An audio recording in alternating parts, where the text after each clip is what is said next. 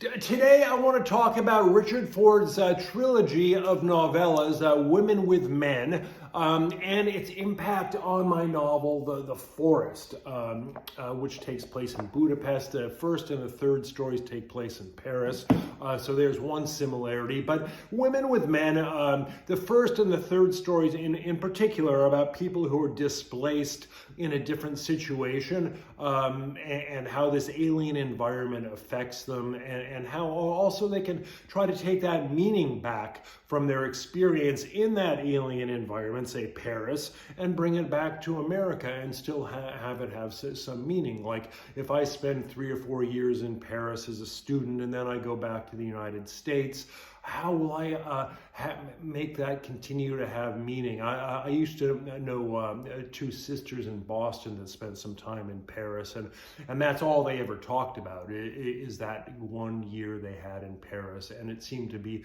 this big locus of meaning for them that spread out through the rest of their lives. And this story is kind of in that vein. Now, first of all, about Richard Ford, though, he's the true heir to Ernest Hemingway, in my opinion, in the quality of his writing as an American.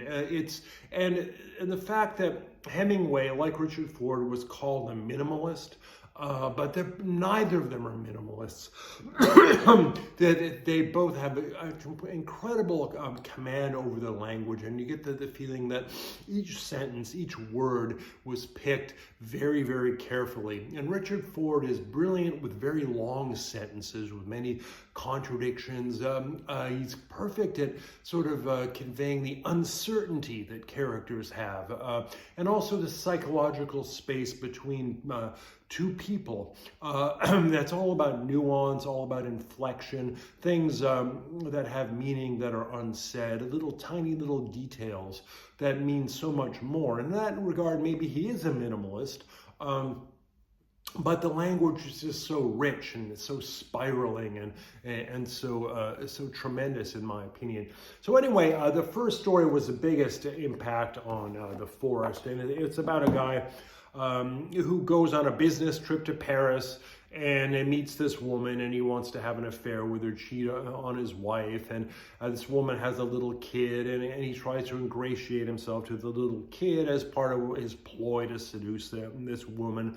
And Richard Ford really gets you on this character's side, and you actually like him, and you kind of think, well, yeah, I could put myself in his position. And then gradually you realize that you're in the mind of kind of an asshole that doesn't really care about this woman at all, and this all blows up when he's asked to actually babysit for the kid, but then he lets the kid wander off in a park, and then the kid gets molested by some pervert, and then that's the end of everything. And then his wife finds out about the affair, and he's sort of left in limbo. And so it's a beautiful story. I've read it many times. It's just incredible. And the third story is about a couple in Paris trying to bring meaning into their relationship while the woman has cancer and she's dying. It's a bit more morbid, but both of them are absolute masterpieces and a great introduction to Richard Ford's writing, one of the greatest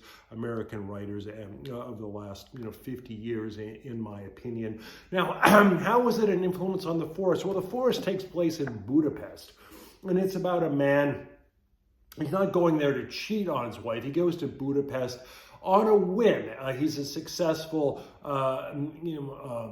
executive in an advertising office, and he's in his 40s, and his life is up in the air. He's breaks up with this woman that he's been with for a while, and he decides to go to see his ex-wife in Budapest, who now lives there for some reason.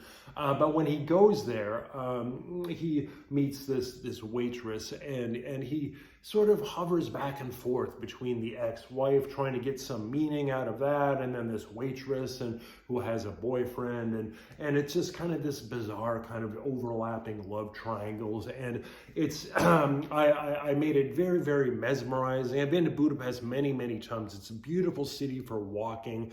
It's like a maze, a beautiful maze, and this novel has a maze-like quality of that kind of uncertainty that you get in Richard Ford. The characters doesn't really know what he's doing, why he's there, yet he continues to be there, searching for whatever it is he thinks he's trying to find, until it turns out that he doesn't find anything at all. You know, so it's basically kind of a metaphor for modern life, and it's called The Forest.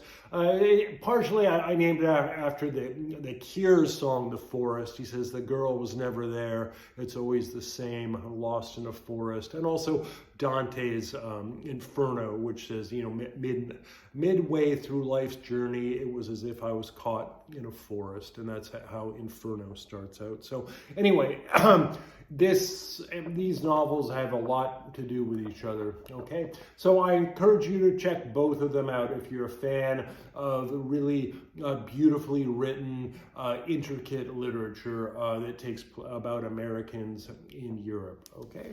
Anyway, thanks for listening, and I hope to see you again.